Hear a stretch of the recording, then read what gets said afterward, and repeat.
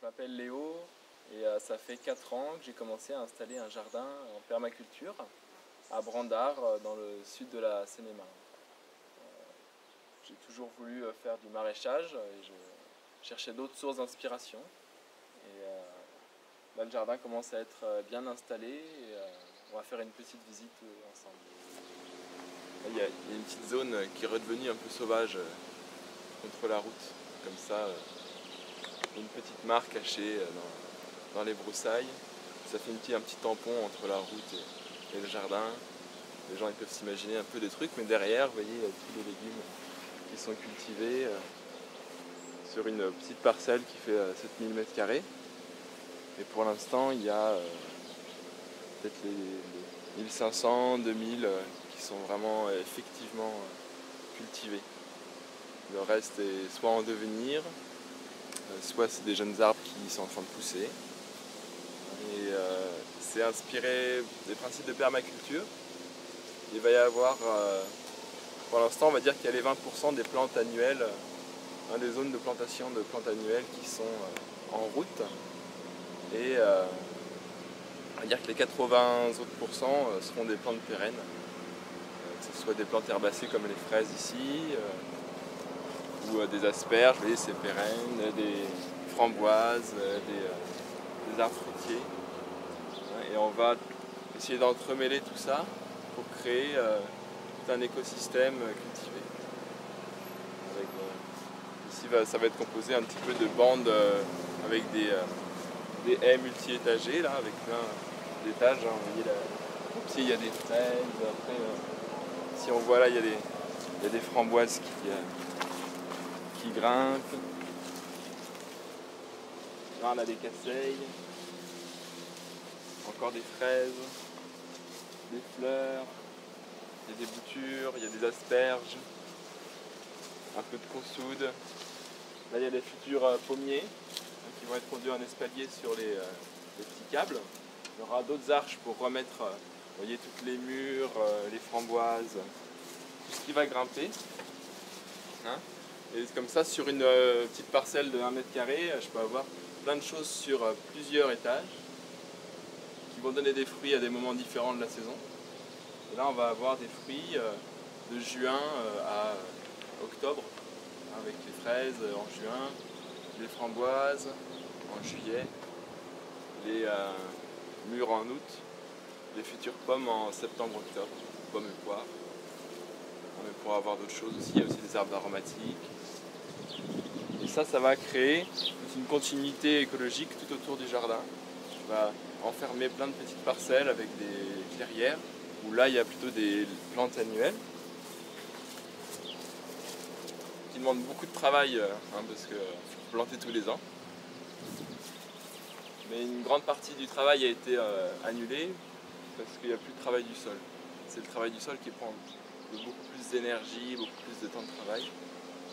Et les légumes sont mélangés et on respecte encore cette idée de volume, d'étagement. Là, il y a des grillages ou des fils. On va pouvoir mettre au pied, là il y a des blettes, puis il y a des haricots. Il y a eu des oignons avant. Là pareil, il y a eu déjà par exemple des petits pois. Pendant ce temps-là, j'ai mis des betteraves. Puis après, il y a eu des choux. Il y a eu de la roquette avant aussi.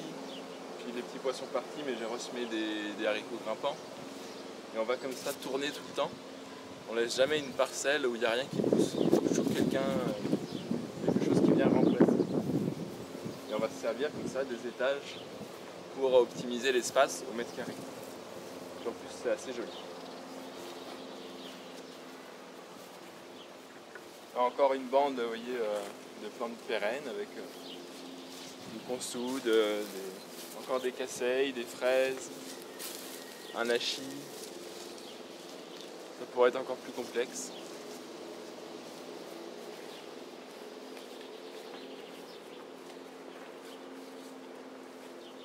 On a quand même quelques serres parce qu'en Seine-et-Marne il pleut pas mal. Donc si on veut faire des tomates, elles sont à l'abri comme ça. Et pareil, j'ai pas juste planté des tomates, il y a eu tout un tas de cultures. Et sous serre, on arrive sur une année à faire 6 à 7 cultures sur une même planche. Sur un même mètre carré, vous allez avoir 5, 6 légumes différents sur l'année. Parce qu'on essaye d'échelonner en fonction des cycles des plantes, de leurs besoins. Et ça m'arrive régulièrement, par exemple, d'avoir les oignons que j'ai mis en septembre, qui vont pousser pendant l'hiver, d'avoir des salades un peu avec. Et à travers les oignons, en avril, de repiquer les tomates avant de récolter les oignons. Les tomates commencent à s'installer, puis je récolte les oignons et les tomates peuvent prendre leur place. Donc ça permet comme ça d'avoir un turnover très très serré et d'augmenter finalement la productivité de cette serre et des cultures ici. Parce qu'en permaculture, on va essayer de mêler des notions qui sont un peu étrangères. Ça s'appelle donc la productivité, parce qu'on a besoin de manger, et l'éthique. Donc on peut créer des systèmes très productifs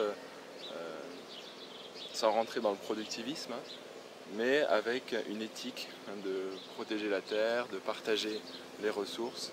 Quand je dis partager, c'est moi déjà, ma famille, les autres humains autour, mais aussi toute la population non humaine avec les animaux, les insectes. On va même parfois avoir une attention particulière pour certains insectes. Plutôt que de lutter toujours contre quelque chose, on essaye de l'accepter pour que l'autorégulation se fasse. Alors, ça veut dire qu'il faut accepter de perdre aussi, parfois. Accepter de perdre, mais pour faire une découverte et créer quelque chose de nouveau. On peut aller voir l'autre. En permaculture, on va créer tout un tas de microclimats.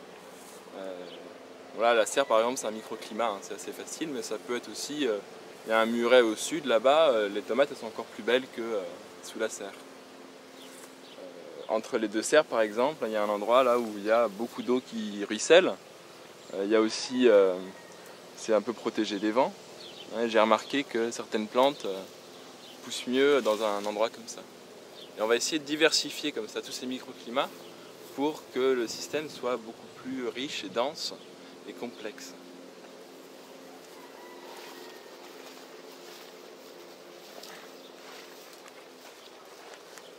Vous voyez, il y a encore des tomates, il y a des concombres, il y a des piments. Et si on avance un petit peu,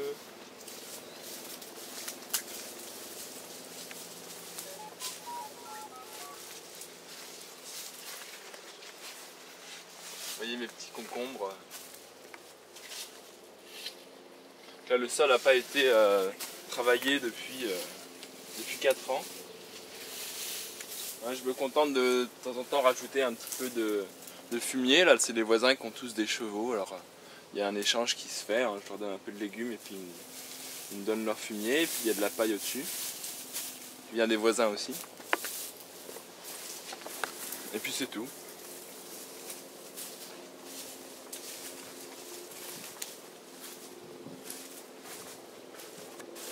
Une autre idée là, c'est d'avoir entre les planches de culture des luzernes. Ça, c'est des plantes vivaces. Plutôt que d'avoir tout le temps à désherber les allées, je vais planter une plante pérenne qui en plus est fixatrice d'azote, qui fait des fleurs très mellifères. Il y a plein de pollinisateurs qui vont venir butiner là-dessus et vont polliniser aussi mes tomates, mes concombres. Et ça c'est des producteurs d'une grande biomasse, c'est-à-dire que au moins 3 ou 4 fois par an, ça va monter à cette hauteur-là, vers presque 1 mètre. Et je vais venir avec une petite serpette pour faucher et je le remets en paillage autour. Il y a tout un cycle comme ça, où les nutriments peuvent circuler. Et les allées aussi, je m'en sers l'hiver. Si je veux me débarrasser de mes tomates, je vais les mettre dans l'allée et ça va faire une espèce de compost au milieu des deux planches. Et du coup, les racines des plantes qui vont chercher beaucoup plus loin pour pouvoir utiliser cette ressource-là entre les planches. Et ça me permet de ne pas avoir des tas de tomates non plus sur les planches, pour pouvoir cultiver plus facilement. Ici j'ai laissé plein de laitues, vous voyez, monter en graines. Déjà parce que ça fait des fleurs, ça fait un peu moins monoculture de tomates. j'aurai pas besoin d'acheter des graines de laitue. Et il y en a plein qui vont se ressemer. Et souvent, elles se ressèment là, elles vont lever ensuite peut-être en octobre. Et ça va être les premières salades que je vais avoir au printemps.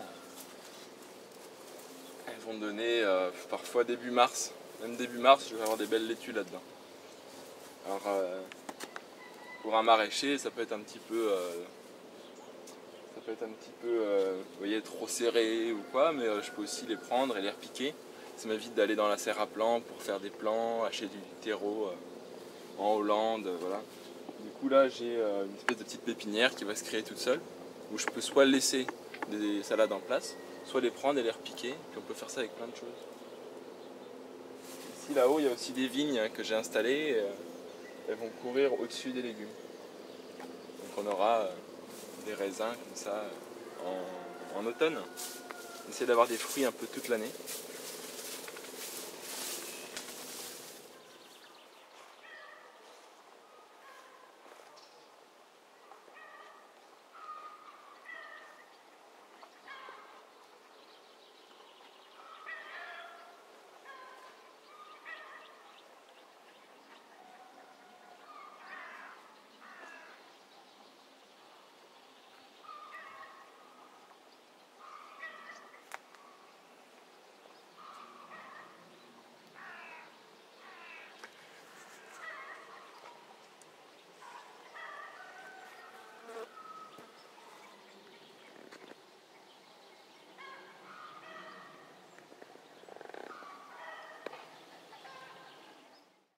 Bon, là c'est un petit peu laissé en sauvage, hein. Il y a plein d'herbes sauvages, mais entre, il y a une petite plante que j'avais récupérée. C'est une plante de la famille des ronces, hein, qui fait des espèces de mûres, de framboises. Ça vient du Japon. Alors, ce qui est intéressant, c'est pas forcément la plante en soi, mais que là, on voit qu'elle n'est pas encore en train de mûrir. Hein. Ça, je vous parle de ça parce que c'est vrai que souvent, on se retrouve avec tous les fruits d'un coup. Hein, genre, notamment avec les cerises, par exemple, on a toutes les cerises d'un coup, on ne sait plus trop quoi en faire. Alors c'est bien parce qu'on va en donner à ses voisins, on va faire des échanges. Mais on peut trouver dans un jardin, il y a tellement de variétés de plantes sur Terre, d'espèces, hein, qu'on va pouvoir trouver une manière d'échelonner les récoltes. Avec une variété qui va donner en juin, une autre qui va donner en août, en septembre. Il y a même des choses qui vont pouvoir se récolter pendant l'hiver. Hein, et c'est important d'avoir une bonne connaissance comme ça et de chercher continuellement parce qu'on découvre sans arrêt des nouveaux végétaux consommables et pour pouvoir vraiment voilà, avoir à manger toute l'année. Après, voilà, faut chercher des réseaux voilà, de plantes rares parfois parce que c'est pas des trucs qu'on trouve forcément dans le commerce à la Super U ou au bricomarché. Comme par exemple ce petit pois mange-tout là, donc je garde les graines. C'est Cocopelli qui gentiment m'a envoyé des graines de petits pois mange-tout. Alors là, il ressemble plus à rien parce qu'il est en train de sécher. Et c'est des petits pois mange-tout jaunes, des petits pois mange-tout beurre. Ouais, ça, on n'en trouve jamais d'ailleurs sur le marché. Ce qui est étonnant avec celui-là, c'est que les petits pois mange-tout que j'ai eu cette année dans mon jardin, ils étaient tout malades parce qu'il a trop plu. Et ceux-là, ils étaient en super forme. Hein. Si vous êtes venus il y a 3 semaines, ils étaient encore jusque-là, tout bien vert. Et là, je vais avoir une super récolte de graines. Et bientôt, je pourrai leur renvoyer les graines comme ça. Ça, c'est important parce que vous voyez, si j'avais qu'une espèce de petit pois mange-tout, bah, ça limite les possibilités. Là, si j'avais 3-4 espèces de petits pois mange-tout comme ça, bah, les années où il fait sec, peut-être qu'il y en a une qui serait plus forte. Les années où il fait humide, il y en a une qui pousserait mieux. Et encore une fois, l'équilibre fait que... enfin, la diversité fait l'équilibre. Voilà. Alors c'est une logique différente. On pourrait aussi dire, bah tiens, j'ai qu'à artificialiser le système.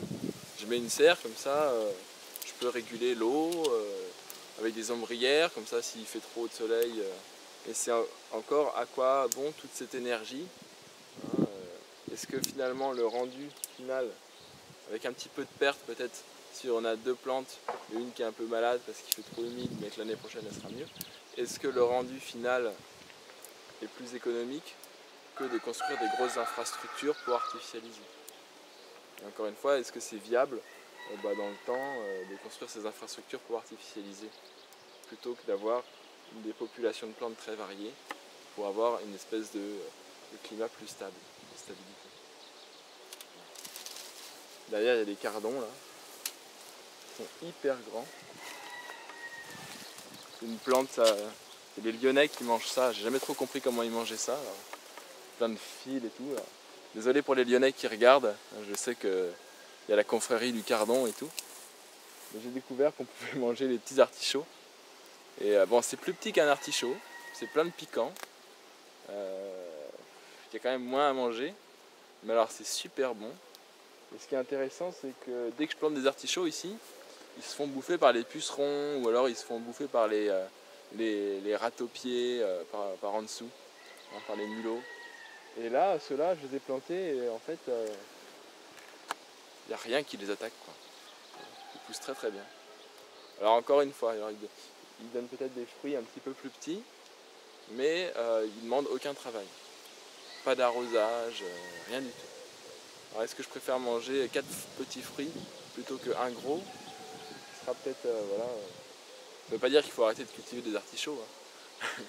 Mais c'est, voilà, il y a d'autres ressources possibles, on peut varier. C'est assez joli là, les petites boules bleues qui se baladent en l'air. Tu vois ce qu'on a... Ça fait un peu, c'est un peu extraterrestre là. On peut se mettre à côté là. Ça fait comme les photos du Mexicain là, à côté des plants de maïs de 6 mètres. On peut me mettre comme ça. Là, il y a aussi je mange énormément de baies. Hein. Et ça, c'est une baie, c'est des amélanchiers. Ça pousse tout seul. Ça fait, pour les gens qui aiment bien les fleurs, ça fait des très très belles fleurs.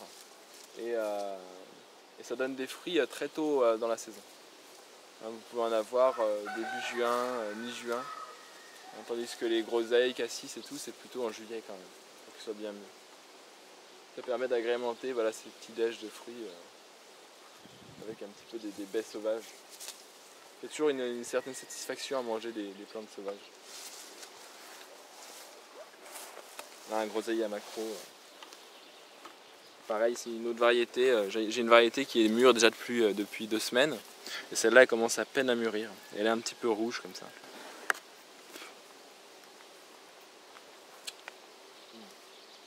C'est très très bon. Voilà, faut aimer manger. Hein. Quand on fait un jardin comme ça,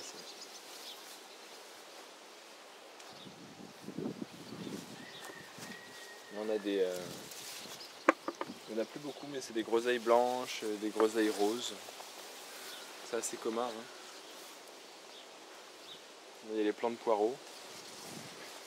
C'est assez rigolo. Il y a 2 variétés. Alors, il y a du jaune du Poitou et du bleu de Solèze. Alors, on voit bien la démarcation là.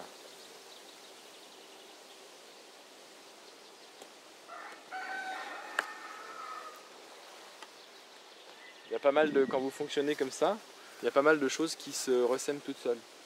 Les haricots là à côté du tournesol là, ils sont ressemés tout seuls.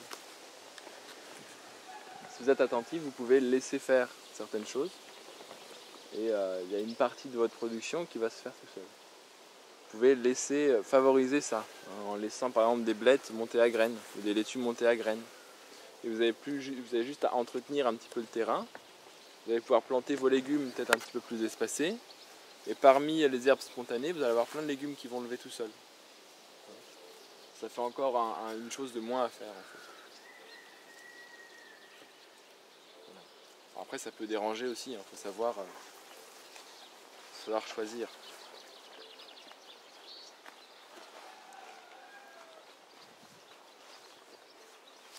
Ça c'est des dahlias. Alors, comme je te disais, les fleurs sont comestibles aussi. On peut faire des petits pickles de fleurs là dans le vinaigre, c'est très très joli. Les tubercules sont comestibles, j'ai jamais goûté. Moi j'aime bien les fleurs. Je les ai gardées en fleurs. Et on peut manger les... Ah mince, bon, je l'ai coupé. Il va falloir la manger maintenant. Je monte parce que sinon les gens peut-être vont pas croire.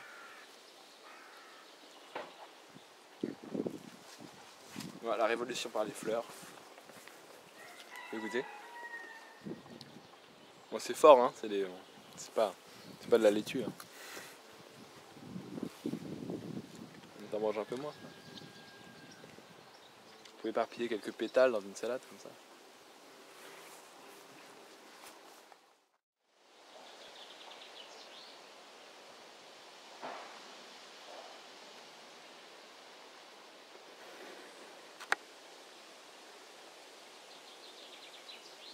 Il y a une autre petite jachère de plantes sauvages. Il y a plein de trucs. Il y a plein d'abeilles qui viennent butiner là-dedans. Alors ça veut pas dire que ça va rester comme ça tout le temps. Hein. Pour l'instant c'est là, mais ça peut bouger. Et je voulais juste évoquer le fait qu'on essaye d'installer, de réinstaller, vous voyez, beaucoup plus d'arbres dans les systèmes cultivés. Parce que là, dans l'écologie, on a quelque chose qui s'appelle les climax. C'est la végétation spontanée qui vient naturellement dans des zones géographiques très précises. Et là, le climax, c'est ce qui va arriver en stade final. Et chez nous, ça va être plutôt des arbres, des forêts. Parce que c'est les seuls en fait, qui sont capables de réguler toute cette pluie qui va tomber. Et ça va être une des meilleures barrières contre l'érosion et qui va favoriser l'infiltration de l'eau dans le sol. Ça garde le sol au frais. Il y a vraiment plein d'avantages. Et souvent on a tendance à séparer un peu les deux et on se retrouve avec tous les plateaux là-haut où c'est un peu des déserts, il n'y a plus un arbre. C'est assez terrible d'ailleurs, moi quand je fais des balades en vélo, j'aime pas du tout y aller parce qu'il y a beaucoup de vent, on est en plein soleil, c'est vraiment pas très agréable à vivre. Quoi. Donc à la fois on va respecter la terre en lui apportant ce dont elle a besoin, mais ça crée aussi un espace de vie beaucoup plus agréable, beaucoup plus confortable. C'est quand même beaucoup plus agréable de se balader à l'ombre de grands arbres que d'être en plein cagnard et en plein vent. D'autant plus que les arbres sont on va dire, de véritables pompes à minéraux, ils ont des racines très profondes. Dans les feuilles, on va tout retrouver, ils vont tout restituer et vont participer aux échanges des minéraux dans le sol, à travers l'action des champignons, des mycorhizes. Tout ça est en interrelation.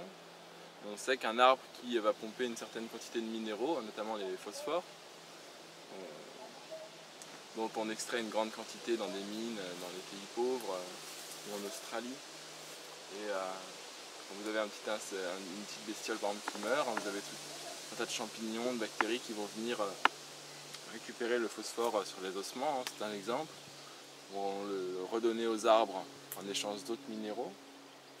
Et les arbres qui prennent leur quantité nécessaire vont les redistribuer, tous les surplus. Ils ont fait un calcul comme ça, pareil que ça va sur une surface de plus de 1000 m² tout autour. Tous les minéraux vont être redistribués comme ça. C'est aussi une manière de communiquer. L'autre avantage du paillage, c'est qu'il y a très peu de mauvaises herbes, parce que ça occupe la lumière. Ça fait de l'humus, et ça c'est directement inspiré des systèmes naturels, comme on peut voir derrière nous après, donc la forêt, qui est vraiment ce vers quoi on tend, essayer de recréer des conditions qu'on aurait dans une forêt pour le sol.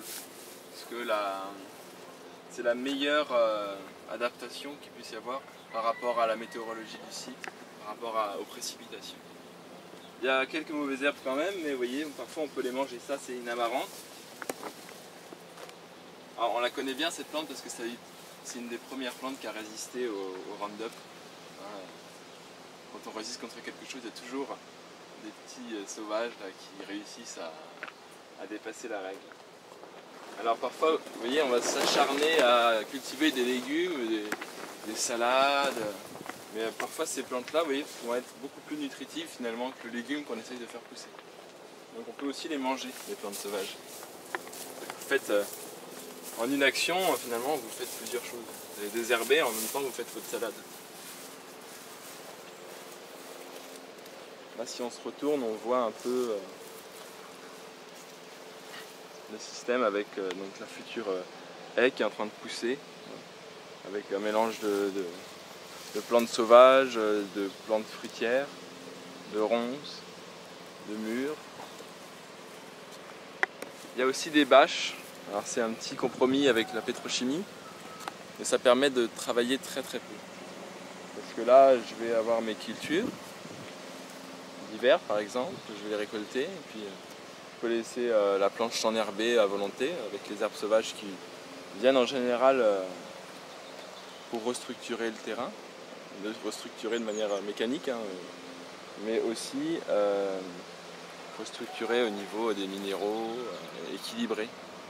La marrante qu'on a vue là, c'est souvent les excès d'azote et elle va pomper l'azote pour essayer de rééquilibrer le sol. Et la bâche, là, je vais la laisser quelques mois et ça occupe la lumière. Je fais plein de petits trous comme ça, l'eau pénètre et l'air passe. Et en quelques mois, en fait, j'ai plus rien en dessous. J'ai plus qu'un sol avec un petit peu de mulch, des champignons. Et ça a tué les racines des plantes en place. Les plantes qui étaient sur place se sont dégradées. Il y a plein de vers de terre qui travaillent là-dessous, donc ça fait un compostage sur place. Et j'ai plus qu'à planter. Là, demain, on va repiquer des poireaux là-dedans. Je vais juste enlever les bâches, on va faire des trous, on va mettre les poireaux, et puis voilà, ça sera réglé. Pas besoin de travailler.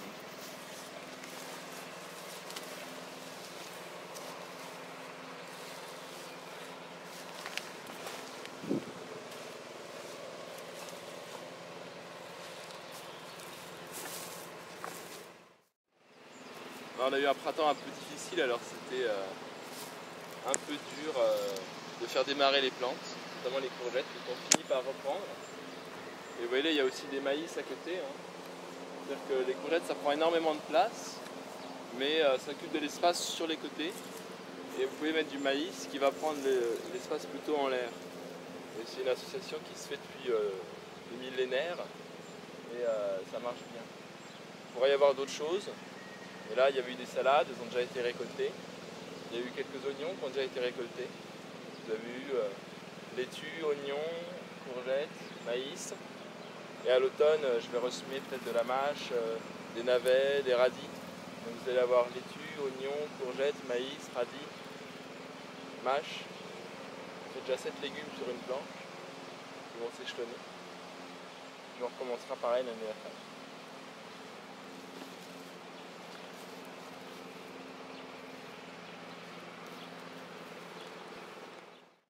Là ici c'est quand même un terrain assez sablonneux, donc on peut faire des asperges, hein. C'est des légumes qui poussent très très bien ici, et il y en avait plein de sauvages avant dans le coin. Donc là j'ai refait juste une petite pépinière, puis je les repiquerai sûrement à la fin de l'été.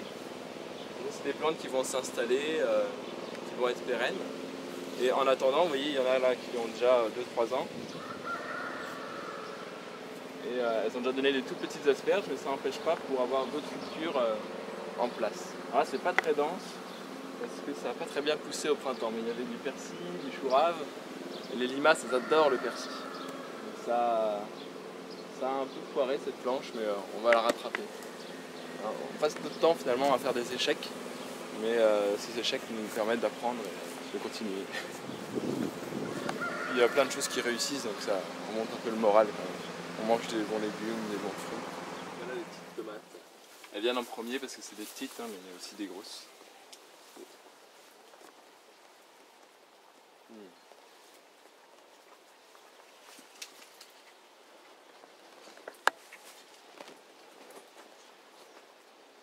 Voilà, c'est quand même super bon. Super nourrissant. Pas que de la flotte. Ici il y a des tomates, mais avant il y a eu des oignons et des choux et des laitues. Et les choux ils sont restés en plate, vous voyez. Donc, on peut juste les couper, ils vont redonner plein de petits choux partout. Ils vont redonner des petits choux, ensuite je vais les recouper. Et au printemps suivant, ils vont me donner plein de jeunes pousses. Hein, et c'est les jeunes pousses florales. Et puis celles-là, je vais les manger un peu comme des brocolis. Et il est arrivé même que une fois que je coupe ces pousses, bah, le chou me redonne encore un chou. Hein. On peut garder comme ça plusieurs années un chou en place. il y a des trucs bizarres, vous voyez, celle-là, elle est super belle. Et celle-là, elle est morte presque. Mais bon, parfois on perd un petit peu et puis il y a d'autres choses qui poussent. Il y a des associations qui sont pas forcément... Alors celle-là, voilà, je sais pourquoi en fait elles sont malades. C'est des plantes qui au printemps, je les avais laissées dehors et elles ont pris le gel. Les autres, vous voyez, n'ont pas pris le gel. Elles n'ont pas reçu de stress monumental au printemps. Celles-là ont reçu un stress monumental. Je les ai plantées un peu à contre-cœur. Je me suis dit mince, elles vont pas bien pousser, elles sont toutes jaunes. Et vous voyez, j'aurais mieux fait de pas les planter. Parce que ça donne des trucs tout chétifs. Tandis qu'à côté, vous voyez, elles sont 2 ou 3 fois plus grandes. Vous voyez là, de l'autre côté. Donc voilà, on essaye et puis parfois ça marche pas. Mais bon, l'ensemble fait qu'il y a toujours quelque chose à récolter. On essaye de voir en un tout et pas juste des parties mises séparément.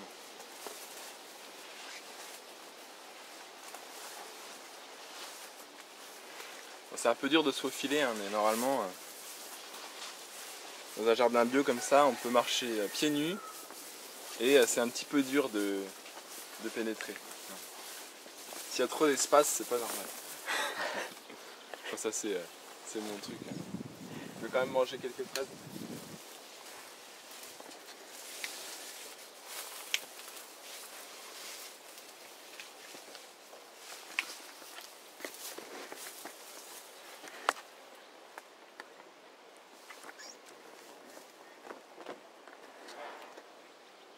Alors, c'est vrai qu'avec ce système là, on se retrouve quand même à manger beaucoup de fruits, beaucoup de plantes, de légumes. Et on s'y habitue en fait, hein. On se rend compte que c'est quand même assez nutritif ces choses-là. C'est pas juste de la flotte, quoi, hein.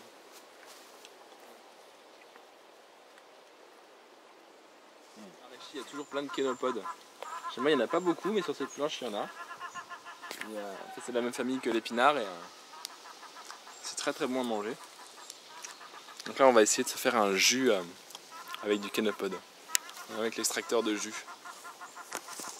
On va se faire un bon jus vert.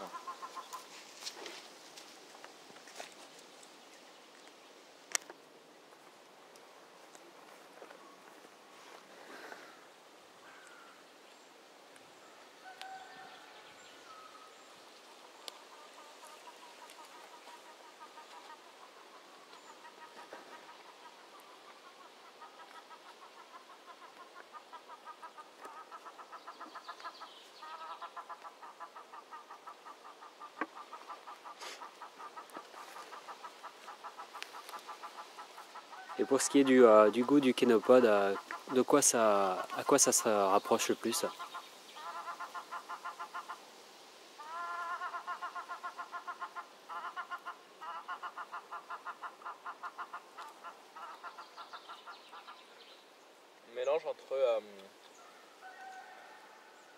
mélange entre des épinards et des blettes. Pas forcément des trucs... C'est pas de la laitue, quoi, hein.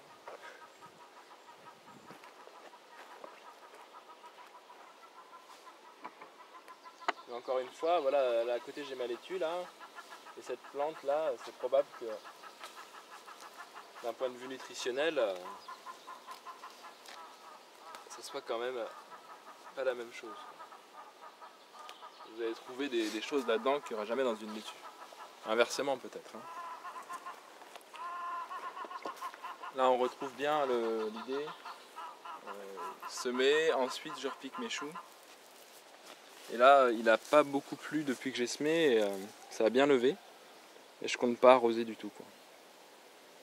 Alors, ça va peut-être pousser un petit peu plus lentement, mais ça sera du coup très peu dépendant à l'eau ensuite. Que les racines vont se développer de telle sorte qu'elles vont aller chercher l'eau en profondeur.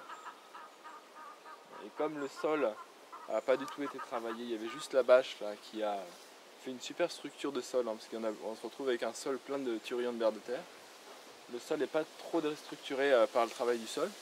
Du coup, il n'y a pas une croûte de battance au-dessus. Vous voyez ce que c'est la croûte de battance? Les jardiniers ils connaissent, ça fait une espèce de plaque épaisse et solide. Du coup, ça aspire toute l'eau du sous-sol. Et on est obligé de sarcler, on est obligé de biner pour casser cette croûte de battance, pour éviter que l'eau remonte par capillarité. Et quand on a une bonne structure du sol, ça n'arrive pas. Et lorsqu'il pleut, la structure reste cohérente. Il y a aussi une autre chose qu'on ajoute, c'est mon frère il a le four à pain en face, là, chez ma grand-mère. Et donc on a dit qu'on utilisait le bois qui va pousser ici, entre autres. Et il va y avoir tout un circuit comme ça de vertueux. Le four à pain, pareil, on pourrait trouver 1000 fonctions. Depuis la fabrication du pain, l'utilisation du bois, des haies. Qu'est-ce qu'on fait des découpes de haies? Ensuite, on peut faire un séchoir dedans, on fait sécher des tomates, on fait des pizzas, on peut faire, après la cuisson du pain, cuire des gâteaux. Mon grand-père il met souvent des plats dans le four qu'il laisse toute la nuit, voilà. Et ça peut chauffer aussi, on peut utiliser la chaleur émise par le four à pain pour chauffer quelque chose d'autre. Là en l'occurrence il y avait un poulailler mis au dos du four à pain. Et si vous faites plusieurs fournées par semaine, ça dégage quand même une certaine chaleur qui va maintenir le poulailler à une certaine chaleur en hiver par exemple. Et les poules, on sait que quand elles sont au chaud en hiver, elles aiment bien parce qu'elles pondent un peu plus. C'est pour ça qu'on chauffe les poulaillers industriels. Et le retour, c'est que sur cette cuisson du bois, comme il ferme, qu'il laisse le feu s'éteindre de manière un peu étouffée, on a plein de charbon de bois. Alors le charbon, il s'en sert pour réallumer le feu. Mais moi, du coup, je le concasse un petit peu et je le réintègre dans le jardin. Le charbon de bois, c'est un petit peu comme, vous savez, on met de la pouzzolane dans les phytoépurations parce que c'est plein de micro-trous. Plein de petits trous, du coup, toutes les bactéries se logent dedans et vont épurer l'eau. Là, on fait des filtres à charbon aussi. Et là, on va mettre le charbon dans le sol. Enfin, je le dépose juste sur le sol. Les vers de terre l'enfouissent après. Et pareil, ça va faire on fait des hôtels à insectes. Là, ça fait des hôtels à bactéries. Et ce sont les bactéries qui ensuite sont en interaction avec les légumes et rendent les nutriments disponibles aux légumes. Le légume en soi, il n'a pas forcément les capacités pour assimiler tous les nutriments qui sont nécessaires à sa santé. Il a besoin de l'action des champignons et des bactéries, entre autres, pour avoir tous les nutriments qui lui sont nécessaires. En échange, il va donner aussi des nutriments aux champignons et aux bactéries. C'est toujours la notion d'échange et de partage. Du coup, tout ce charbon de bois, on va l'utiliser pour fertiliser. Enfin, c'est une forme de fertilisation. Avec les cendres, on fait du savon et là, on lave notre linge depuis 2-3 ans avec ça. Et ça se passe bien.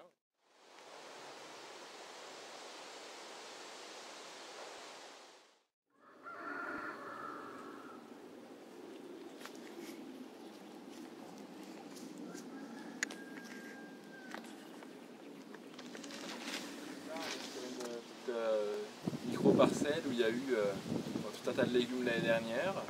Et j'ai laissé pendant tout l'hiver les planches s'enherber, avec des graminées, avec plein de plantes sauvages. Ensuite, j'ai laissé monter, il y avait de l'herbe là jusqu'à cette hauteur-là, 1,50 m à peu près. Et j'ai fauché et ensuite j'ai mis juste une bâche. Et là on va débâcher parce que demain matin je vais repiquer des poireaux. On va voir un petit peu comment c'est après. Allez, ça fait peut-être 1 mois et demi, j'ai mis la bâche.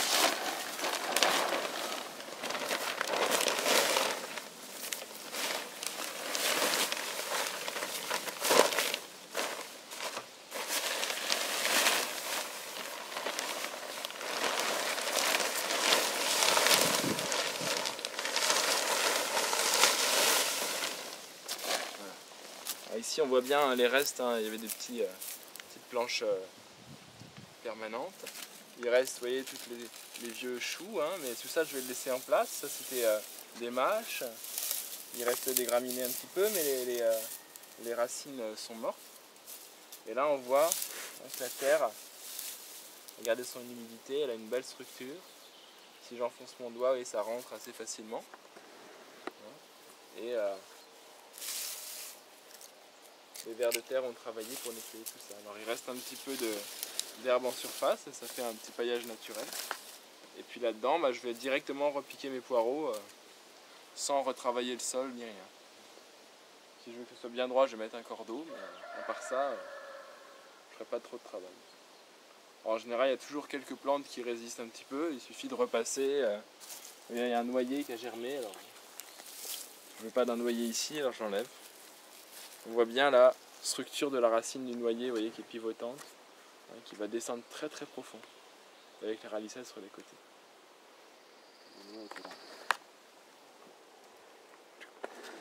C'est les écureuils qui nous sèment des noyers un peu partout. Donc là, c'est vraiment un système. Certes, on utilise une bâche, mais on a derrière un rendu voilà, extrêmement, c'est extrêmement puissant, quoi, hein. Donc c'est pour ça qu'il faut aussi pouvoir intensifier, hein, les cultures. C'est voilà, rentabiliser au maximum ce compromis lié à la bâche. On pourrait aussi, j'ai des parcelles où je n'utilise pas de bâche, hein, juste le travail des poules et puis un petit désherbage manuel avant de planter des légumes. Ça marche aussi. Donc voilà, ça part en image, quoi. Là vous avez toute la vie du sol préservée, les racines qui restent en place, je ne vais surtout pas les enlever, hein, ça va structurer le sol et le tenir, protéger de l'érosion. Et l'eau va pouvoir s'infiltrer en utilisant toutes ces galeries.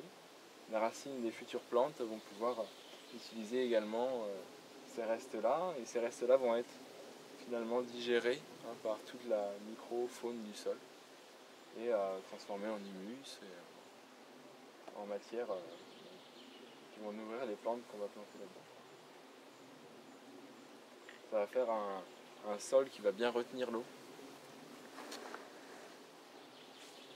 Malgré un sol très sableux, là, je ne vais pas avoir besoin de beaucoup arroser.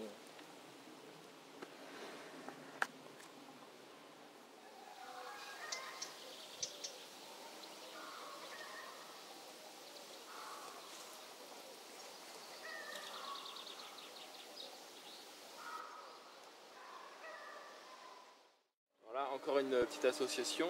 On retrouve cette idée d'espace. Ça pourrait être un petit peu plus complexe, mais bon, c'est déjà pas mal. Vous avez ces choux kale qui vont, c'est intéressant parce qu'ils vont monter plutôt en hauteur. Ça fait, quand c'est à maturité, ça fait des grandes tours comme ça, c'est très joli. Et au pied, il y a des betteraves. Il y a un peu d'oignon aussi dans les endroits où les betteraves vont pas pousser. Tout ça, je vais pouvoir le récolter pendant tout l'hiver. Au printemps, le chou kale, il va me donner aussi plein de petits rejets, des petites pousses de fleurs que je vais utiliser comme des brocolis encore une fois. Donc on peut vraiment multiplier les ressources. Ça, c'est des techniques notamment que faisaient les maraîchers de Paris au XIXe siècle. Repiquer différentes choses en même temps pour augmenter la productivité au mètre carré. Et encore, on se retrouve encore dans un système plus diversifié. Alors là, du coup, il y a les betteraves, les choux kale et des oignons un peu partout. Ça reste encore assez bas, hein, bas de plancher. On pourrait imaginer d'avoir au-dessus de ça peut-être des haricots grimpants, des petits pois, hein, des choses qui vont aller encore au-dessus. Ici par exemple, au fur et à mesure, là j'ai des piquets acaciens un peu partout. Je vais installer peut-être des vignes en hauteur. Pas trop faut jouer avec l'ensoleillement, c'est quand même besoin de soleil. Mais la majorité des plantes poussent bien finalement avec un peu d'ombre. Quand je dis un peu d'ombre, c'est attention, hein, c'est pas l'ombre complète qu'on a sous un sapin. C'est-à-dire que le soleil ne va pas forcément être complètement sur la plante tout le temps. Parfois ça pousse un petit peu moins vite, mais c'est aussi plus stable, il y a besoin moins d'arroser. La terre ne souffre moins. Du coup on pourrait avoir un étage encore supérieur. Ce qu'il va y avoir déjà avec ce petit poirier là qui va grimper. On va avoir des arches fruitières là. Essayez d'imaginer voilà, ce que ça peut donner dans 5-6 ans. Et Le design du jardin, la conception n'est jamais terminée, ça va toujours être évolutif. Peut-être qu'il y a certaines plantes qui poussent aujourd'hui, qui pousseront peut-être plus, ou qu'on retrouvera à un autre endroit.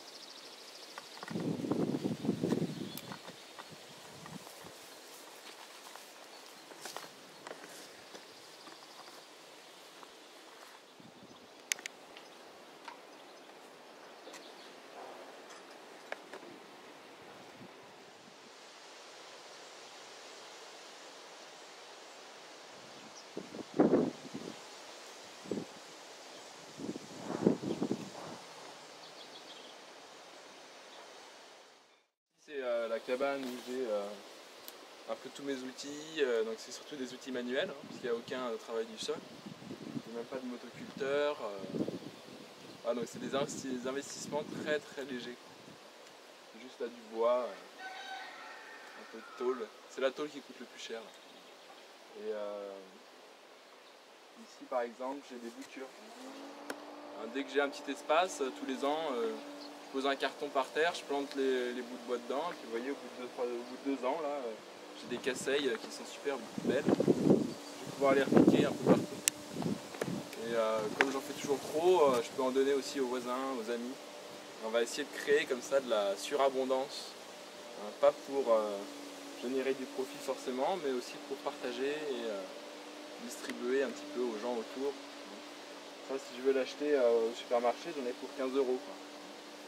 Là, ça m'a coûté une demi-heure de temps de vie.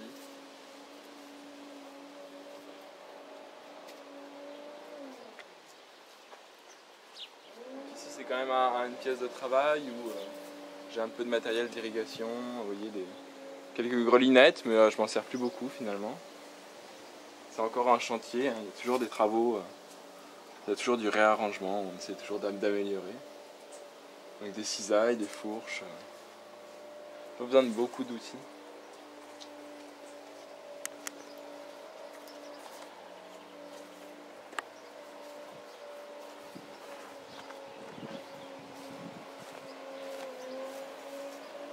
Là on a une petite pépinière où j'ai encore vous voyez, des asperges. D'habitude on plante des griffes. Moi en fait j'ai acheté des graines et je les ai fait en petits godets comme ça. Et comme ça je vais pouvoir les repiquer à l'automne. Et dans 2-3 ans je pourrais déguster les asperges au printemps. Hein, asperges, on fait souvent ça séparément, mais là j'ai remarqué par exemple que depuis 3-4 ans là j'avais planté des asperges dans les fraises. Et finalement les asperges et les fraises ça s'entend bien, parce que j'ai des belles asperges qui poussent entre les fraises tous les ans.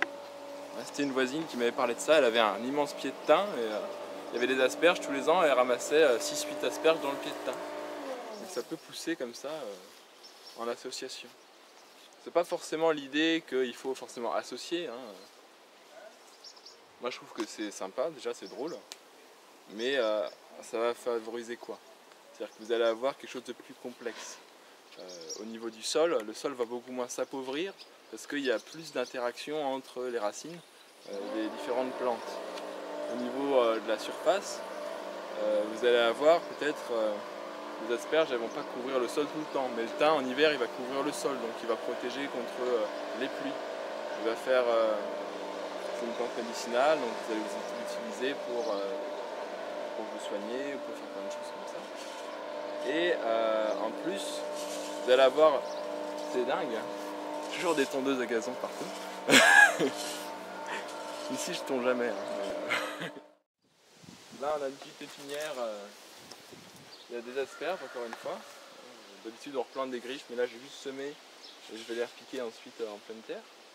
Aussi vous avez des pêchers.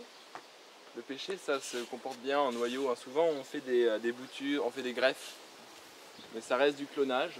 Alors là les semis, chaque plante est légèrement différente. Et j'ai mis ça dans des petites bouteilles plastiques. Vous voyez. J'avais appris à faire ça chez un breton qui recyclait les bouteilles. Et ce qui est pas mal, là c'est un cognacier. Un cognacier, ça va me permettre de greffer par-dessus des poires par exemple. Hein, ou de laisser des coins si je veux des coins, mais voilà, c'est plus sympa de manger des poires que des coins. Et là vous avez un réservoir d'eau hein, qui est vide là pour l'instant, mais si je veux le remplir,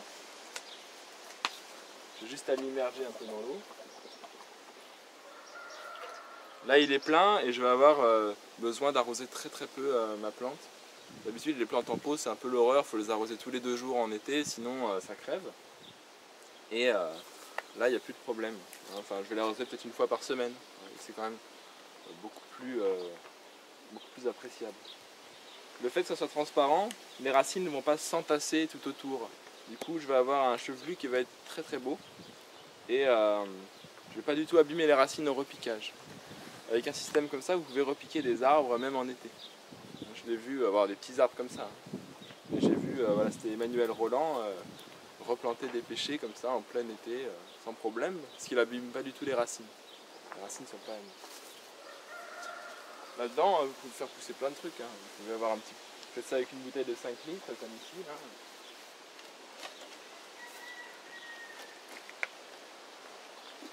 Et là, j'avais fait une marcotte aérienne d'une reine Claude.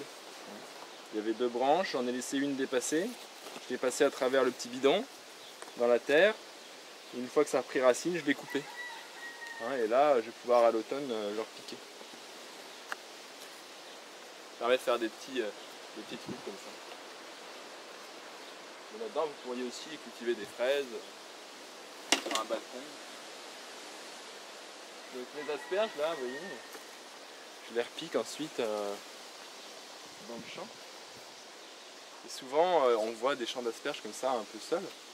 Mais c'était une voisine qui m'avait dit, tiens, j'ai un gros pied de thym et il y a des asperges tous les ans qui poussent à travers. Je me suis dit, tiens, pourquoi je ne pourrais pas planter les asperges avec les autres légumes? Et là, j'en ai... voilà, c'est la plante, c'est un peu trop tard pour la saison des asperges. Mais elle m'a donné de super belles asperges au printemps. Et j'ai des fraises au pied aussi. C'est-à-dire qu'on a des fraises, des asperges. Donc, je peux avoir du thym, des asperges. Il faut trouver des choses comme ça qui vont fonctionner bien. Les fraises, elles ont des racines traçantes plutôt. Elles vont rester plutôt en surface. Et l'asperge, elle va être un petit peu plus profonde. Donc, elles ne vont pas forcément puiser les mêmes minéraux. Elles ne vont pas forcément avoir les mêmes cycles de croissance. Et celle-là, vous voyez, elle va plutôt pousser en hauteur. La fraise va pousser en bas, au pied. Du coup, ça s'associe pas mal. L'idée d'associer ces plantes, c'est pas forcément juste... il y a plein de raisons, quoi. C'est-à-dire, déjà, moi je trouve ça assez joli. C'est important de remettre l'esthétique un petit peu au cœur du problème.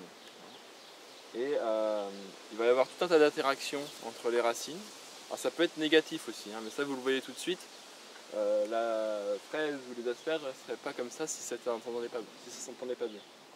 Parfois vous avez une interaction négative, vous avez une plante qui est super belle et 1 mètre autour il n'y a rien qui pousse. Mais là a priori ça marche et pour ça il faut faire l'expérience.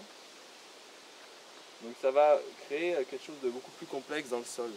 Je n'ai pas la prétention de vous dire quelles interactions il va y avoir, ça peut être très vaste.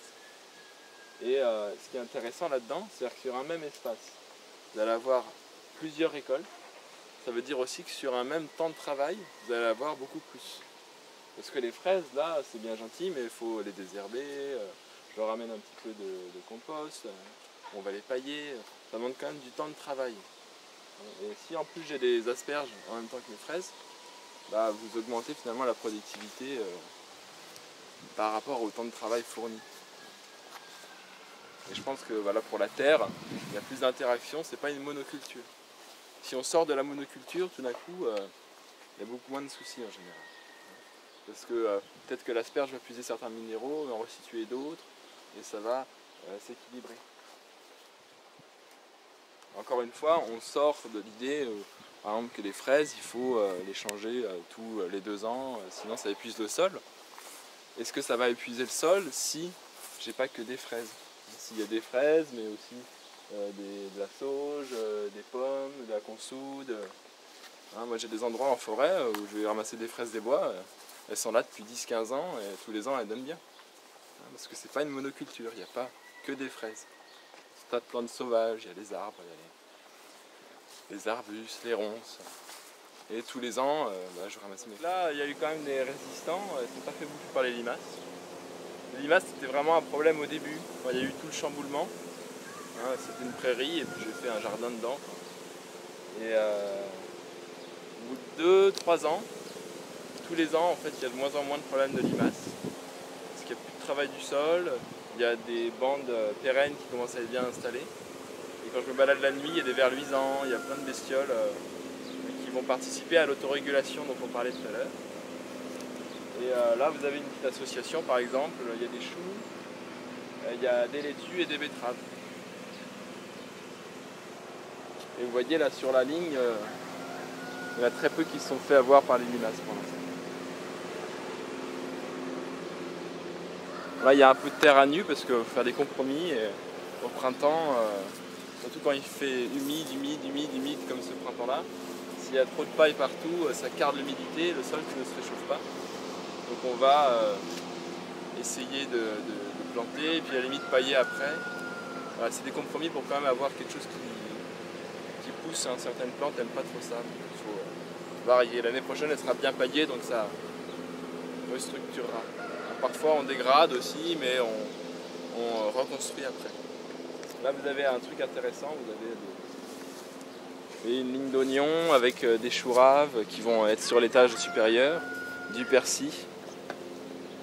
Et derrière une bande pérenne avec des petits poiriers qui arrivent. Les grands trucs c'est des panais. Faire des graines. Il y a des rhubarbes, il y a de la livèche, il y a un petit pêcher aussi au milieu. Et cette bande là elle est pérenne, il y a du persil aussi. À côté il y a du maïs. Là il y a plein de petits filets avec des petits pois. Au pied des petits pois, vous voyez il y a des betteraves. J'essaie toujours d'avoir plein de trucs dans les étages. Là il y a un petit pommier. Jusqu'ici il va y avoir des arches fruitières avec plein de choses à manger de partout. Ça va fermer un petit peu les petites clairières. Bon, le printemps a réussi hein, pour certaines choses. Vous voyez les panais ils sont assez vigoureux cette année. Les panais, on a des belles fèves, des petits pois aussi. Les fèves je les ai plantées dans les légumes de l'année dernière et elles se débrouillent.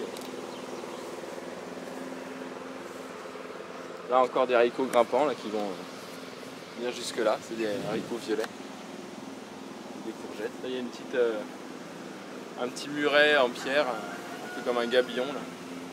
C'est pour créer un petit microclimat un peu chaud. C'est pour ça que j'ai mis des tomates. Bon, dehors elles ont pris un peu le mildiou, mais on verra celles qui survivent.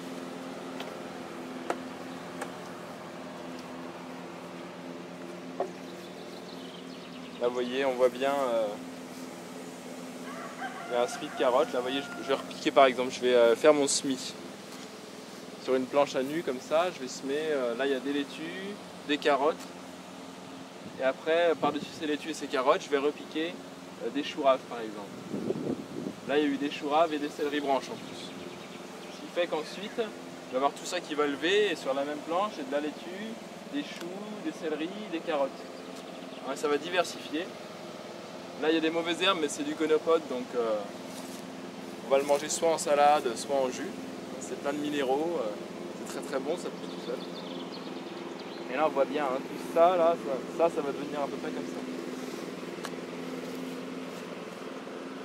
On va voir encore une fois des choses qu'on va récolter au fur et à mesure. Avec les laitues qui vont venir en premier, ensuite il y aura sûrement les céleris. Ensuite les choux, et les choux raves on va pouvoir garder tout l'hiver, et les carottes aussi tout l'hiver. Là on a la même chose avec des laitues qui sont presque bonnes à venir, là, et, des oignons et des choux. De faire comme ça permet, on parle souvent des rotations des cultures en maraîchage bio ou en jardinage bio.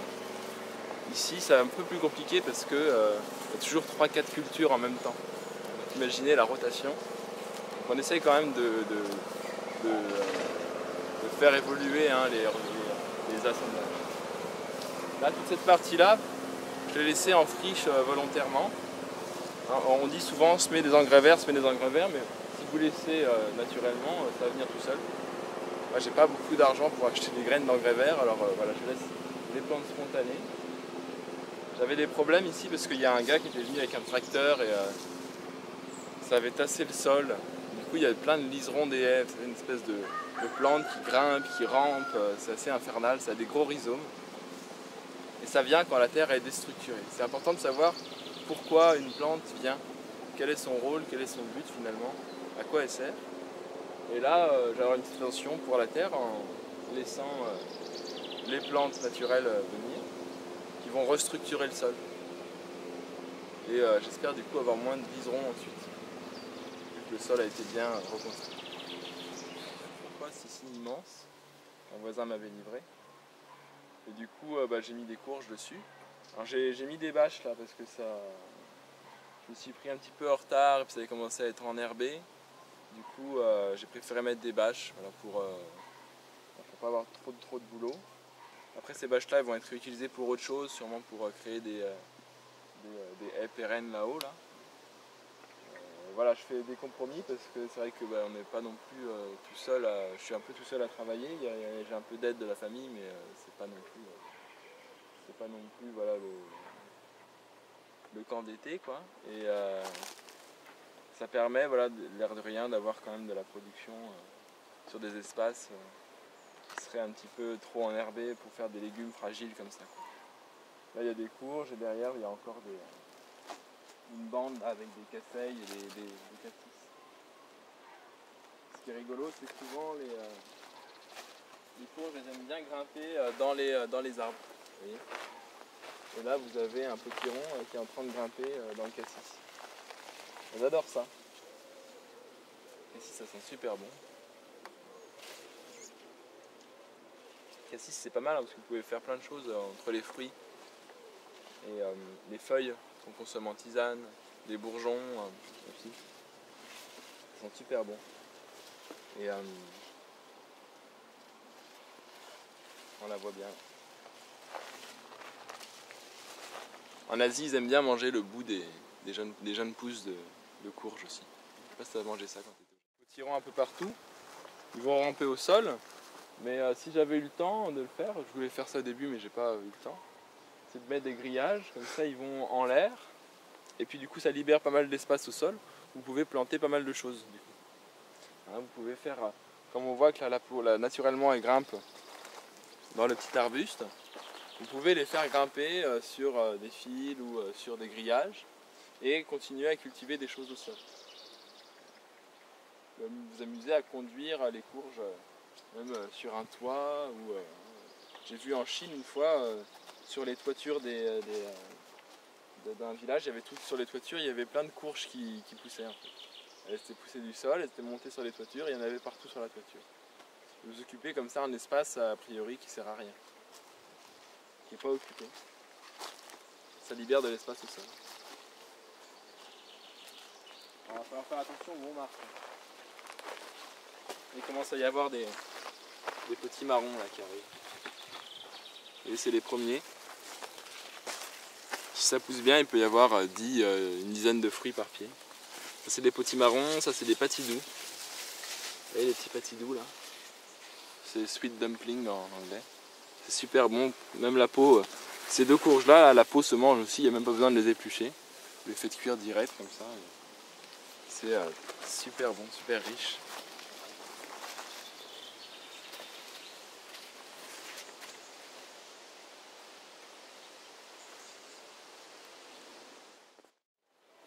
Voilà, les petites fleurs bleues, c'est de la chicorée.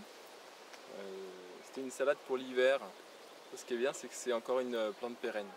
La chicorée, bon là elle est montée en graines, mais la racine va rester dans le sol et vous pouvez comme ça maintenir une chicorée pendant plusieurs années.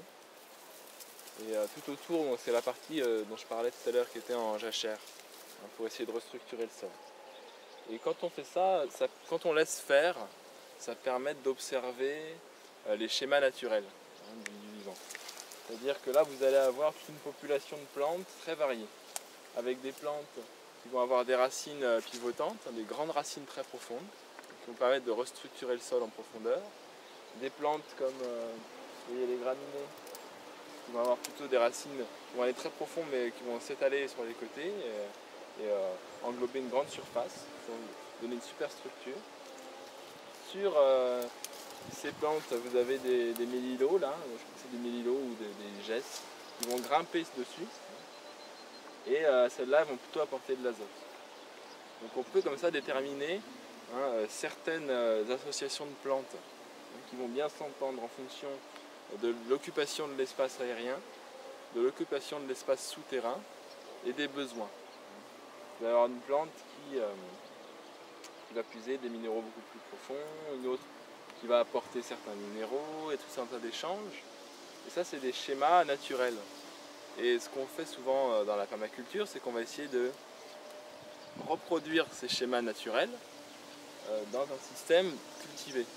Là, bon, on ne va pas manger ça, mais on peut imaginer des plantes à peu près de la même espèce, de la même physiologie, qui ont les mêmes besoins, et les associer ensemble pour créer un système beaucoup plus équilibré. Là, ces systèmes-là ne vont pas carencer le sol, parce que chaque plante s'apporte quelque chose mutuellement. Ces systèmes-là sont faits pour préparer le terrain, pour ensuite faire venir des arbres et des forêts.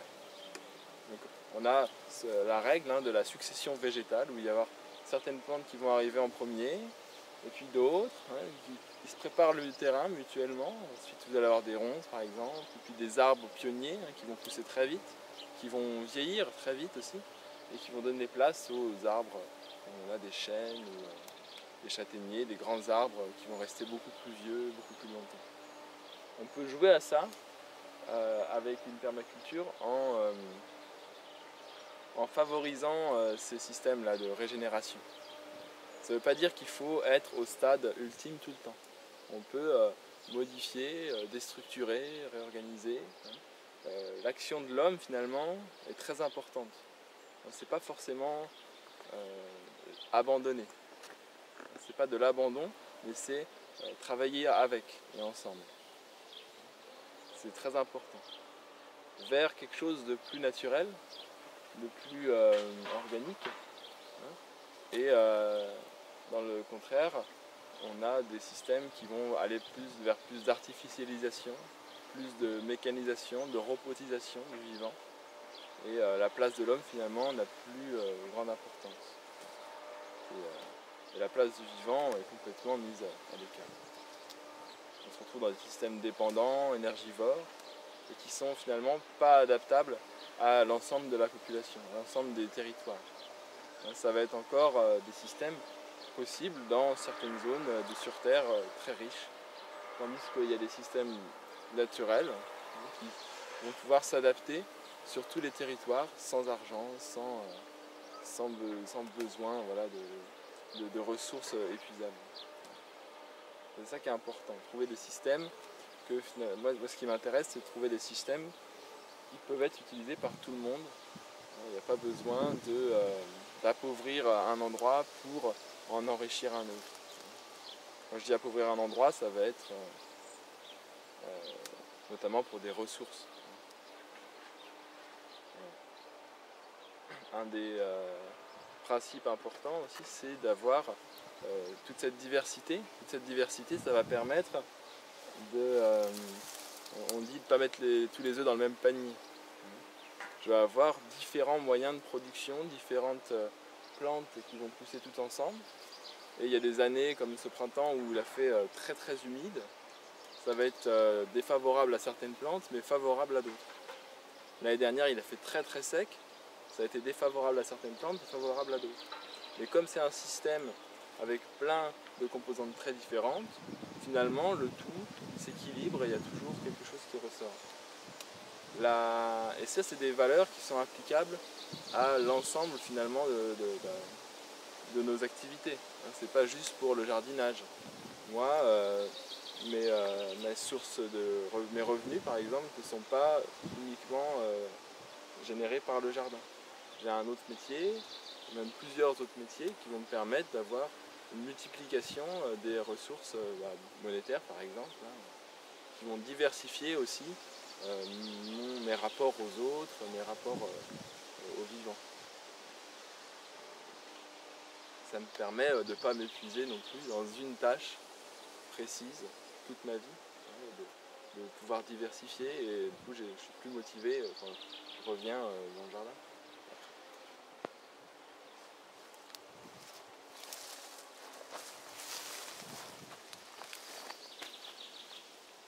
Alors en bon permaculteur, on est obligé de faire quand même des structures un peu bizarres, voilà, où on essaie de tout mélanger. Il y a un concept qui s'appelle un outil, plusieurs fonctions. Donc plusieurs fonctions pour un outil. Et parfois on peut le tirer un peu à l'extrême, hein. Et là vous allez avoir par exemple alors la cabane qui sert de douche solaire, tray à kiwi, support pour les prunes. Je vais pouvoir monter pour aller chercher les prunes. Plus tard je vais mettre sur la toiture des petits bacs pour faire du thym. Là en dessous j'ai un petit silo qui va me servir à stocker mes carottes, mes betteraves, tous mes légumes racines pendant l'hiver. En plus ça fait un petit plancher, du coup j'ai des amis qui viennent, ils peuvent poser la tente là-dessus, ils sont isolés du sol. Je vais faire un petit salon de jardin. Sur les murs je peux stocker plein de trucs. Et vous accumulez comme ça les fonctions pour un même espace.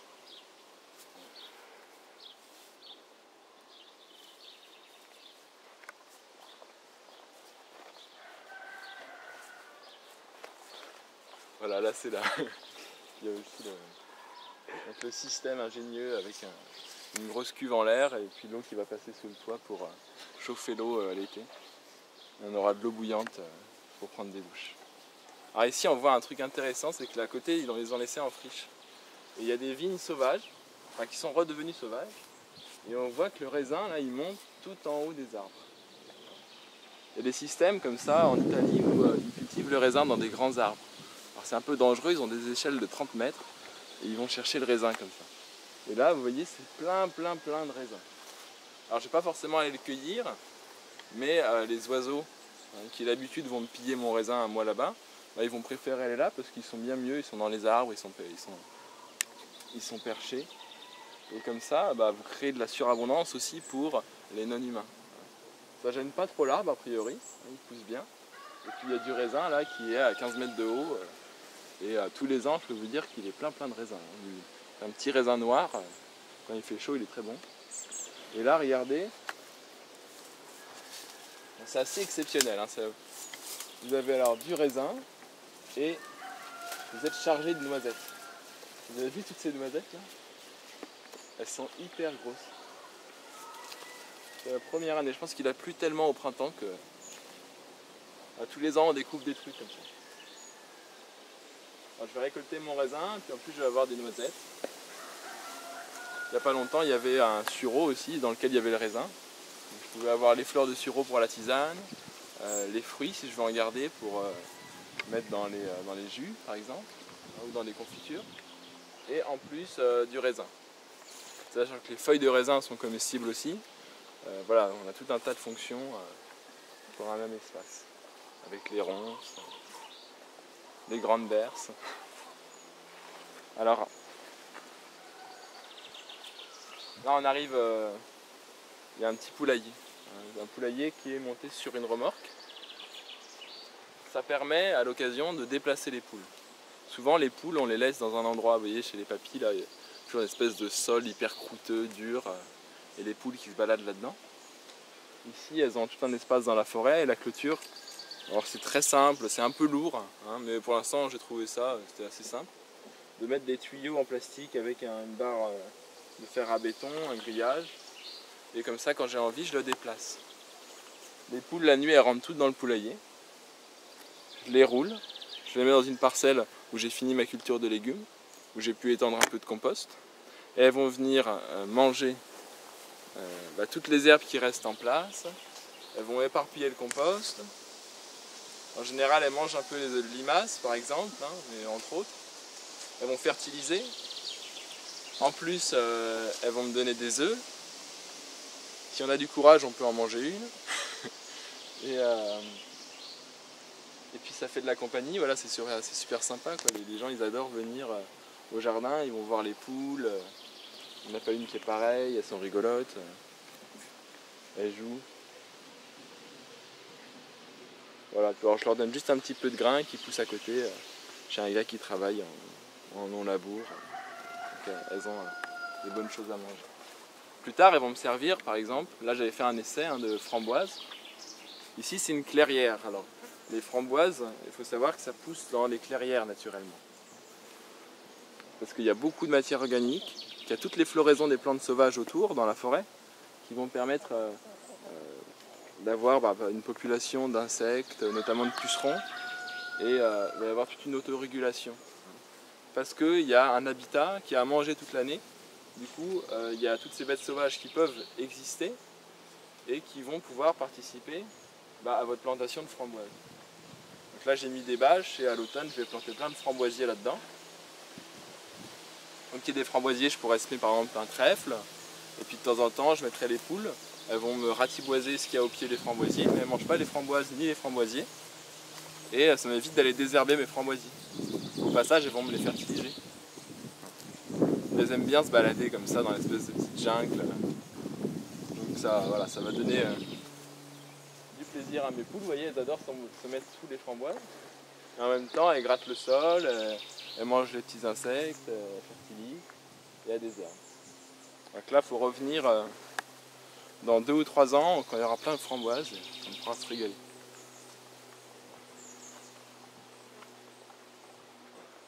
Alors ici, alors je ne sais pas si on le voit beaucoup, mais sur toute la bordure, il y avait des arbres.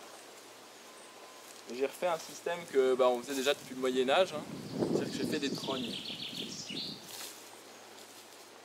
Mon frère il fait du pain à côté, là, dans un vieux four à bois, et on le chauffe notamment avec des fagots. Les fagots, c'est les branchages de bois. Quand on coupe un arbre, tout ce qu'on ne prend pas, on va le mettre en petits fagots, en petits tas. On va le faire sécher, ça sèche en 1 an, ça sèche super rapidement. Et avec ça, on va chauffer notre four à bois. Donc pour avoir de la production de fagots sans avoir à couper des arbres, j'ai juste émondé les arbres et je les ai mis à ma hauteur. Et tous les 2-3 ans, je vais avoir des branchages qui font, je sais pas, 2-3 cm de diamètre. Du coup, ça me permet d'avoir un système pérenne de production de biomasse. Un érable sycomore ou un frêne, ou un noisetier par exemple, j'ai remarqué qu'en 1 an, il va faire plus d'1,50 m de biomasse. En 2 ans, ce 1,50 m, il va prendre 2 fois le volume. Du coup, tous les 2 ans, je peux venir tailler ma haie, et puis je fais du coup mon bois pour le four à pain. Et on peut faire ça un peu partout. Tout ça en maintenant l'érosion du sol avec toutes les racines des arbres, en maintenant un habitat pour les oiseaux, pour les insectes. Là les poules elles ont un grand parcours comme ça, elles peuvent se promener. Alors ça c'est une plante ultra connue maintenant, j'espère. C'est la consoude, qui a des racines très profondes, qui fait des super fleurs. Il y a plein d'abeilles, de bourdons qui viennent la polliniser. On peut aussi la consommer, ça a un goût un peu de poisson, c'est étrange. En soupe, ça fait des très très belles couleurs. Les jeunes pousses crues, c'est sympa. Et on peut s'en servir en paillage, ça a une très grande biomasse, ça pousse beaucoup. Et moi ce que je fais souvent c'est des extraits fermentés avec. Vous voyez, ça donne ça à la fin. Quand je les conserve dans des bidons d'eau, comme ça, je le mets juste à fermenter dans de l'eau en remuant tous les jours. Faut pas que ça rentre en putréfaction, faire attention au temps de fermentation. Et ensuite vous avez un concentré comme ça de minéraux. Alors, je serais incapable de vous dire ce qu'il y a dedans, mais ce que je remarque c'est que quand j'ai une plante qui est un peu faiblarde, qui a du mal à pousser au printemps, parce que toute cette paille, cette sciure de bois parfois qu'on met, les copeaux, ça peut pomper l'azote un peu du sol. Et du coup pour réguler un petit peu, pour aider un petit peu au printemps ou à l'automne, on va arroser les plantes avec ça. On va diluer à 5-10%, soit en aspersion avec un pulvérisateur, soit directement dans l'arrosoir.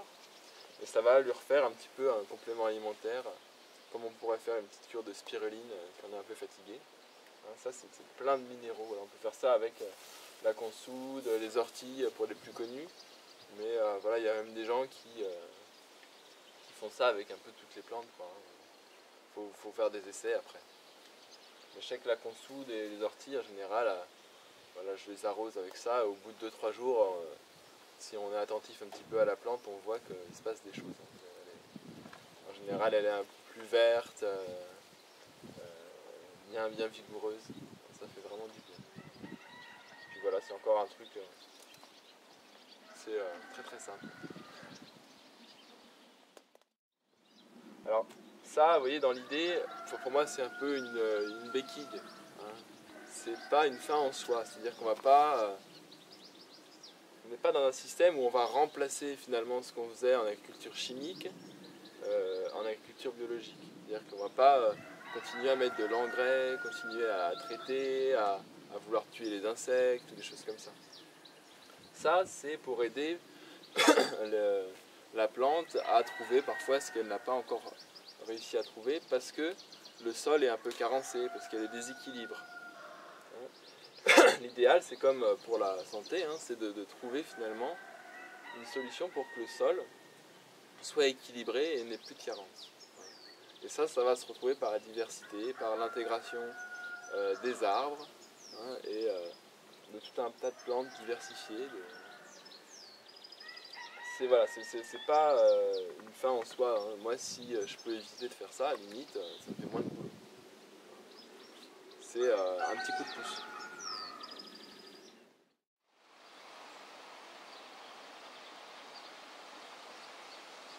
Donc là, j'ai encore un tout petit espace de pépinière.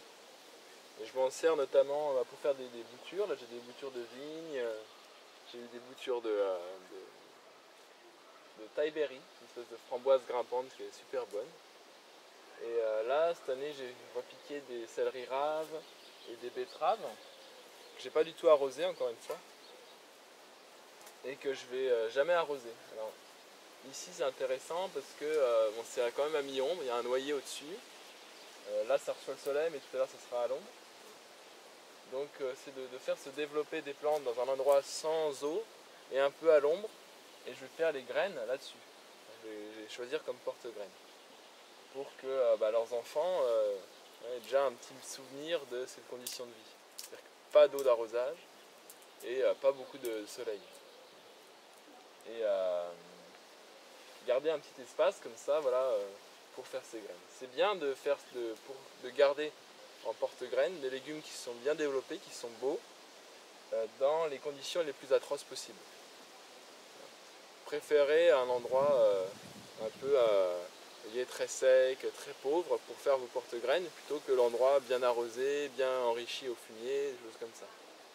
Vous aurez des légumes qui seront beaucoup plus rustiques et beaucoup plus puissants hein, pour vos cultures et ça va d'autant plus faciliter le jardin après.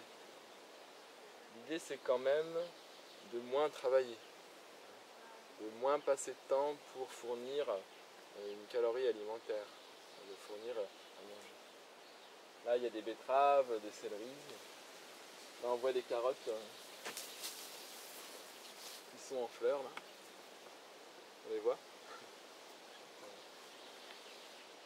Et puis autour on retourne sur le grand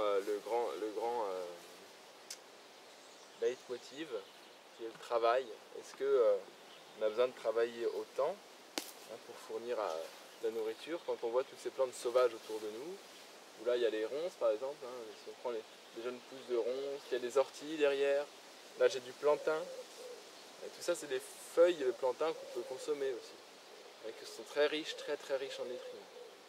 Du coup on peut imaginer d'avoir toujours un potager hein, pour continuer à manger des légumes comme le céleri rave, hein, qui est super bon, mais aussi intégrer toutes les plantes sauvages qu'on peut trouver autour, qui miraculeusement viennent grâce à la présence humaine. Hein. Le plantain, c'est plantain comme la plante de pied, c'est là où on endroits piétinés. Le pissenlit, c'est pareil. Hein, et ces plantes sauvages sont intéressantes parce que, notamment, elles sont très abondantes au printemps. Au printemps, de mars à mai, hein, là vous avez toutes les jeunes feuilles d'arbres, les jeunes pousses de plantes sauvages, les jeunes feuilles bien vertes. Et à cette époque-là, elles sont bien tendres, elles sont bien bonnes. Et c'est justement à cette époque-là où on a du mal à avoir des légumes dans le jardin. On a encore le stock de l'hiver dernier, mais ça commence à se faire rare. Et c'est super bien parce que vous avez dans la nature, comme ça, si vous gardez des espaces sauvages dans votre jardin, vous pouvez du coup avoir à manger toute l'année. Même dans les parties un peu dures, les mois de césure, hein, ce sont ces mars, avril, mai. Voilà. Bon, là on est chez ma grand-mère. C'est là où j'ai appris le jardinage quand j'étais petit. On voit qu'il y a aussi des arbres fruitiers. Alors c'est assez mal orienté parce qu'il y a la forêt au nord, mais il y a quand même des fruits. Ici il y a des hémérocailles. Alors c'est assez joli, mais on peut aussi consommer les fleurs crues comme ça ou dans les soupes. Et c'est assez sucré. Les lys en général sont assez sucrés, ouais, c'est très joli. Toujours agréable de manger des belles choses. Surtout la base qui est très sucrée. Là on a un petit champ de framboises.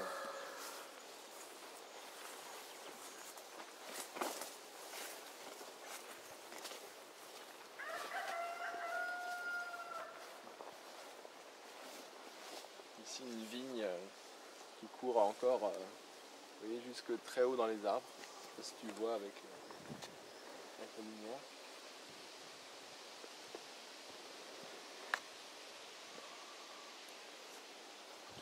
C'est un raisin un peu particulier, mais il a un bon goût. Il est assez étrange. C'est vraiment un goût particulier. Je pense que c'est des résidus de vignes d'Amérique.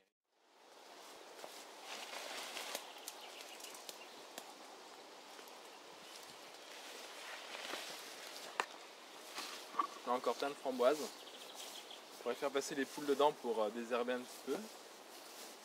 Ici on est vraiment une espèce de petite clairière avec un petit potager et puis on a une vigne assez intéressante là-dessus.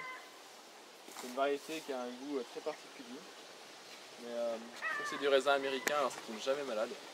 Les feuilles, vous voyez, il n'y a pas du tout de floc, il n'y a pas du tout d'odium, de mildiou, de choses comme ça. Et vous voyez, elle monte encore très très haut dans l'arbre.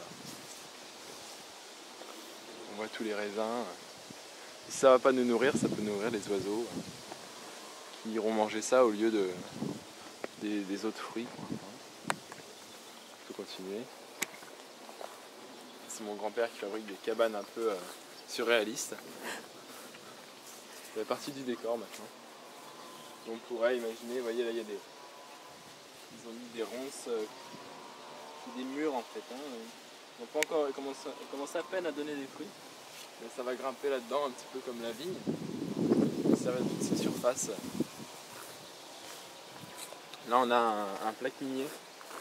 C'est des kakis. C'est des kakis, ceux-là ils sont astringents. Mais ça donne tous les ans des tonnes de fruits. C'est des arbres qui sont. C'est une variété celle-là qui est assez naine. Celui-là il est assez vieux et tous les ans vraiment il n'y a jamais de ravageurs. On les mange soit blettes, soit séchées. Alors, au Japon ils font ça, tu sais, ils les pèlent et ensuite on les peint au plafond et ils sèchent. Et alors là c'est un peu comme les figues séchées, quoi. C'est très très sucré. Et, c'est intéressant d'avoir ça parce que c'est vraiment. Les insectes et tout sont pas habitués à voir ça, donc c'est vraiment de la diversité.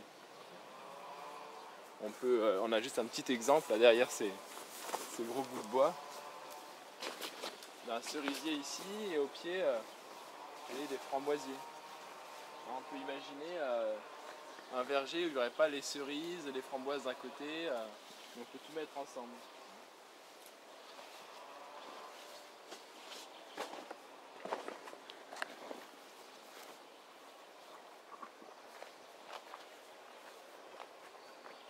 Il y a un petit figuier.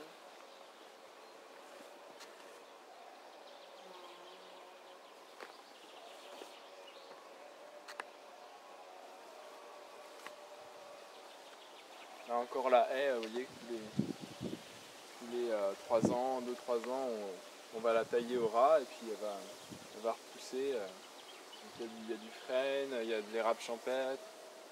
Là il y a de la prunelle. Alors, la prunelle pour faire les fagots c'est vraiment pas très agréable, faut mettre des gros gants. Parce que ça pique. Il y a du noisetier. Là il y a un petit merisier. Alors quand ils donnent des cerises elles sont petites, mais alors c'est super bon. C'est super bon. On peut passer par là.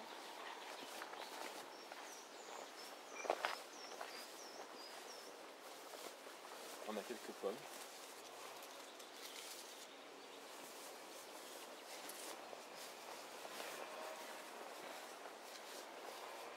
Ici c'est bien parce que je profite d'un jardin qui est plus vieux. Alors il y a plein de choses qui ont été pas très bien faites. Alors du coup il n'y a pas grand chose. Là, il y a le poirier, il n'y a rien qui pousse dessus. Et du coup je m'en sers comme tuteur. Un vieil arbre comme ça qui donne plus rien parce qu'ils sont tout rachitiques et tout moches. Je peux en servir comme support par exemple pour avoir des ronces. Et là je vais avoir des grosses mûres. Vous voyez en août, hein, ça fait des grosses mûres noires. Et elles vont grimper comme ça, vous voyez, dans le poirier. Donc, à défaut d'avoir des poires, je m'en sers comme tuteur pour faire courir des plantes grimpantes comme ces mûres. Ça peut être aussi du raisin, des kiwis, que sais-je. On pourrait imaginer plein de choses. Ce qui est intéressant dans des espaces comme ça, c'est qu'il y a des rejets. Il y a plein de rejets de pruniers, de cerisiers. Et du coup, on peut faire de la greffe sauvage. Hein, ici, par exemple, il y avait un petit rejet de prunier. Alors je suis venu, ça fait 1 ou 2 ans et j'ai fait une petite greffe là-dessus, là, d'un prunier que j'aime bien, là, qui pousse dans la vallée à côté. Et du coup, j'ai multiplié un arbre. Je pourrais le laisser là, ou si j'ai le courage, je pourrais le transplanter ailleurs. Vous avez une petite pépinière comme ça, avec des arbres fruitiers un petit peu partout qui poussent, vous faites vos greffes. Et après, vous pouvez soit les laisser s'ils sont au bon endroit, soit les redéplacer à volonté. Ça permet de faire des petits essais de culture aussi, dans des endroits un peu plus ombragés.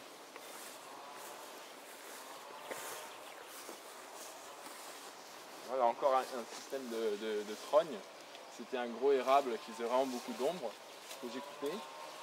Et tous les 2-3 ans, on va le tailler comme ça en boule. Et ça va faire de bons fagots pour alimenter le four à pain qu'on va aller voir. Et des orties, encore une fois. Ça, vous pouvez le consommer soit en soupe. Alors, ce qui est pas mal, c'est de faire des poudres. Vous le faites sécher, vous faites ça en poudre. Et vous parsemez vos plats là-dessus. Ou dans le jus, l'extracteur de jus. Ça fait un truc un peu à queue. C'est super bon.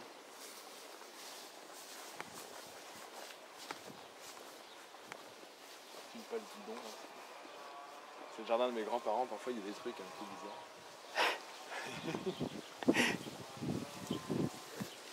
Ça c'est toutes les mauves, toutes les malvacées, vous pouvez manger les fleurs aussi.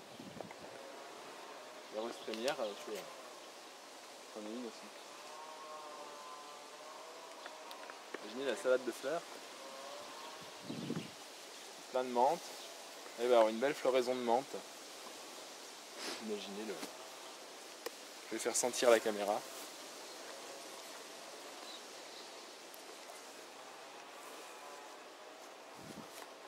Ça sent comme le chewing-gum Hollywood. Ah ouais.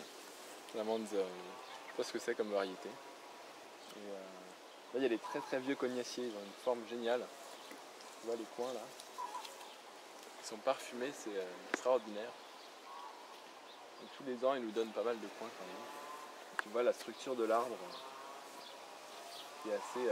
On comprend pourquoi on greffe les poiriers, ça fait des arbres un peu nains. C'est un développement assez tortueux, hein, le cognacier, naturellement.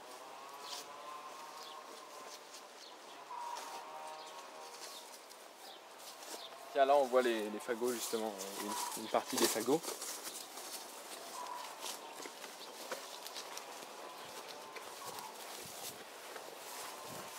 Ils vont servir à alimenter le feu après.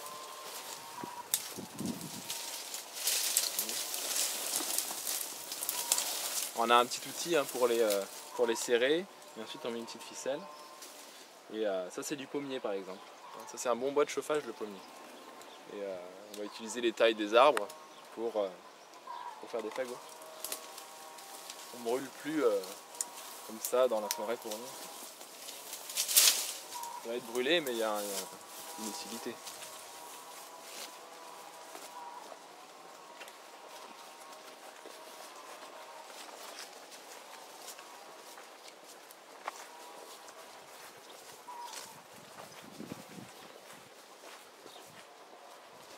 Ça c'était le poulailler qui était là-dedans, hein, avec qui est devenu une chambre maintenant, et qui est chauffé. Là tout ça c'est l'arrière du four. Là vous avez tout un système idéal avec une cave, un four à pain, le poulailler. Et on va rentrer dans le four. Bon, on va pas rentrer dans le four, mais on va vous un peu.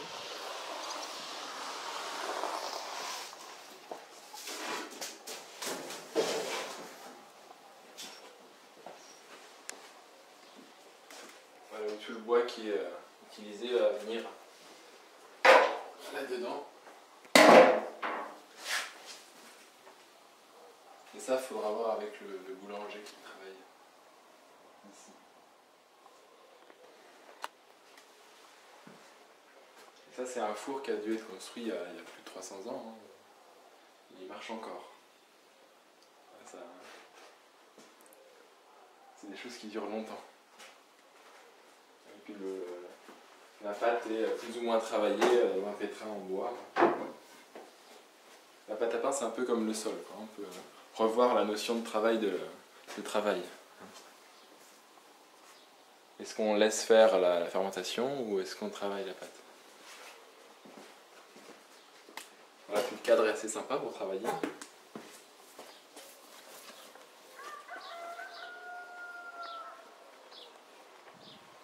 On voit encore un rejet de cerisier. C'était un vieux cerisier qui est mort et puis il y a eu des rejets. Et du coup j'ai regreffé, c'est des cerises Napoléon, là, les cerises jaunes, qui sont assez bonnes. C'est un très vieil arbre qui est chez un ami dans une vallée comme ici. Je l'ai greffé dessus, alors peut-être dans 4-5 ans on pourra manger des cerises.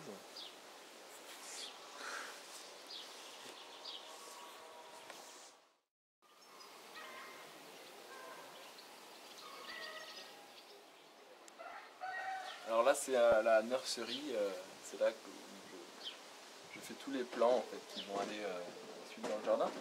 Donc, je ne fais pas tout en plan, mais il y a une bonne partie des légumes qui sont préparés avant.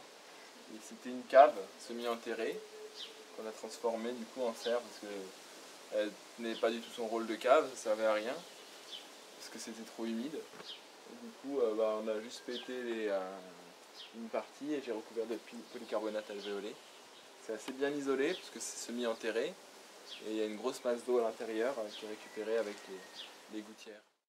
Ici du coup on profite d'un mur bien au sud où j'ai mis, voilà, on peut cultiver à peu près au pied du mur. Vous voyez, ça fait un microclimat vraiment sympathique pour tout ce qui est tomates, des légumes qui aiment bien être abrités et avoir beaucoup de chaleur.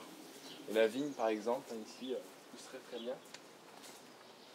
C'est du chasselas, là, c'est très très bon.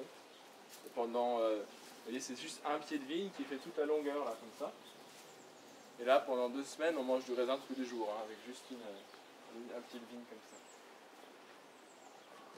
Il est abrité du vent, il est au soleil. Et là, on pourrait même imaginer d'avoir toute la surface du mur recouverte par des vignes ou des kiwis, ou plein de choses comme ça.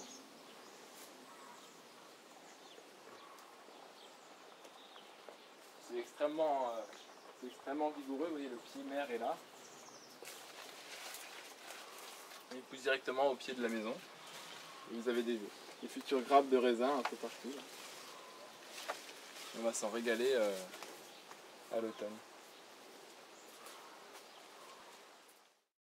Donc ici c'est un tout petit, 3 petits bacs de jardin que j'avais fabriqués pour ma grand-mère parce qu'elle avait la problématique de l'eau. Hein. Elle cherchait toujours à remonter l'eau dans le jardin là-bas avec des pompes. Et finalement toute l'eau vient ici parce que c'est en pente. Donc, du coup je lui ai dit on n'a qu'à faire un jardin ici, ça sera mieux, comme ça tu pourras arroser tes légumes facilement. Et puis en fait finalement je suis parti juste des bacs, il y avait l'herbe, hein. J'ai fait des bacs en bois là, puis il y avait un vieux tas de compost qui traînait depuis des décennies dans la forêt là-haut, j'ai rempli ça de compost. Et puis voilà, en une demi-journée, en une journée de travail, allez, c'était réglé. Et puis là ça fait plutôt pas mal. Alors elle a fait tout un mélange, il y a des herbes aromatiques, vous voyez, là il y a de la sarriette, de la ciboulette. Ça c'est de la ciboule de Thaïlande, elle est toute plate.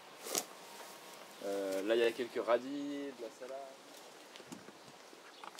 Alors c'est pas la période la plus idéale pour voir tous les plants, parce que c'est surtout au printemps, à cette époque-là il n'y a pas grand chose.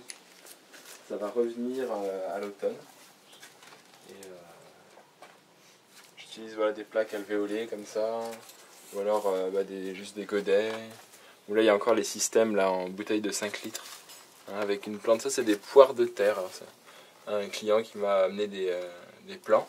Je vais essayer de les garder dans la serre pendant l'hiver pour voir si ça va donner quelque chose. Et sinon voilà, tout est à hauteur de travail. Et, en printemps, hein, il y a des plants partout. Hein, il y a des plants partout, surtout avec toutes les tomates, les céleris. Enfin, il y a vraiment plein de choses. Ça pourrait être amélioré justement pour avoir des plantes qui poussent en été. Et là au bout vous avez une grande cuve d'eau. J'ai fait un 4e mur, j'ai creusé plus profond. J'ai mis une feutrine et un EPDM là, et puis on a toute l'eau de pluie. Il y a 3700 litres à peu près de réserve. Et ça suffit du coup pour être autonome en eau pour la serre à plant. Parfois on l'utilise même pour arroser le jardin dehors du coup. Voilà. C'est vrai que là on pourrait imaginer mettre des basiliques, de cultiver plus de choses en été. Il y a plein de choses comme ça à améliorer. C'est important de dire que souvent en permaculture on dit de commencer petit. C'est ce que j'ai fait dans ce jardin où la première année j'ai peut-être fait 300, 400, 500 mètres carrés. Ensuite j'ai grandi petit à petit. J'ai installé une serre, puis une deuxième. Et j'ai commencé à planter pas mal d'arbres, beaucoup plus de plantes pérennes.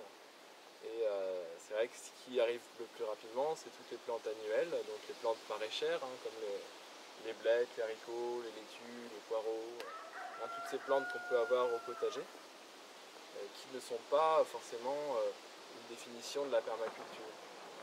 Ça va être une partie de tout le système.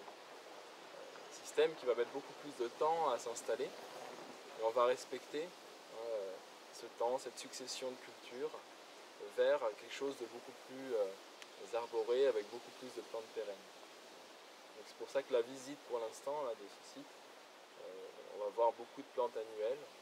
Et si vous revenez dans 5, 10 ans, 15 ans, ça sera sûrement assez transformé. Il y aura toujours peut-être 20% de plantes annuelles et tout le reste sera plutôt des plantes plus pérennes avec des arbres, des plantes vivaces, des arbres à noix, des arbres à fruits, des arbres producteurs d'azote.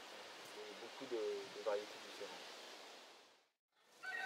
Donc là c'est l'espace où on se réunit avec les gens qui viennent acheter des légumes.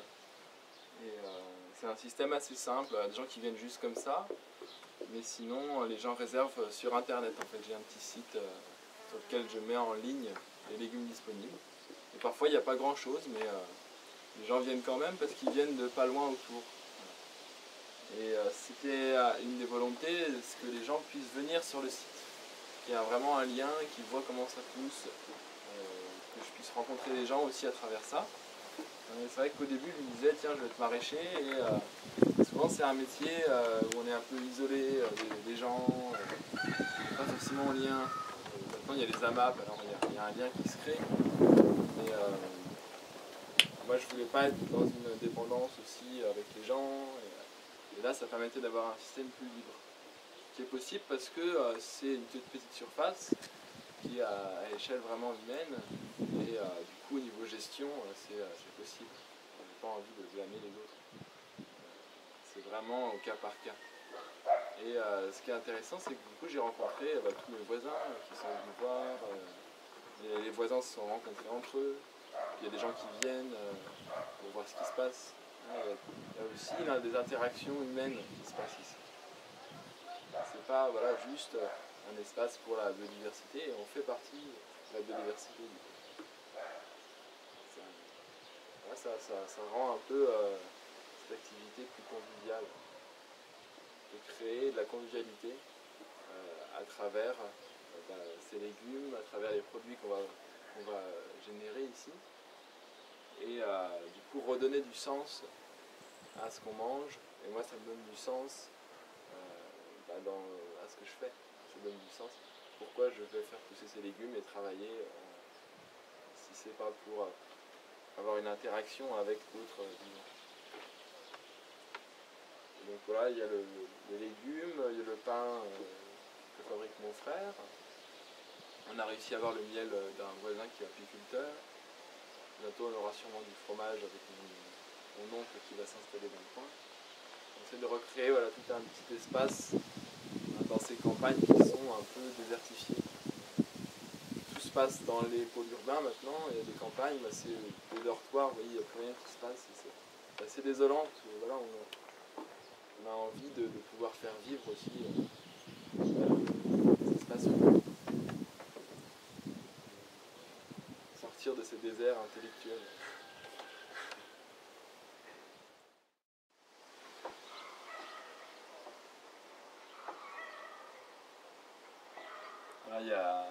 Il y a beaucoup de jardiniers qui mettent de la musique pour leurs plantes notamment.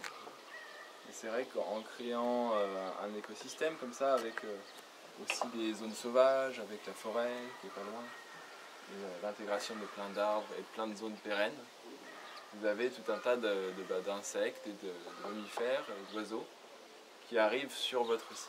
Vous avez beaucoup plus d'animaux sauvages. Et c'est vrai qu'ici, en fait, il y a une musique continuelle. Jour et nuit, vous avez des grillons, des sauterelles, des oiseaux. Et c'est un chant continuel. On entend tout le temps. On entend aussi les tracteurs et la tondeuse du voisin, mais il y a toujours ces chants d'oiseaux et qui participent aussi voilà, au bien-être qu'on peut avoir dans un jardin comme ça. On est intégré dans l'espace vivant naturel.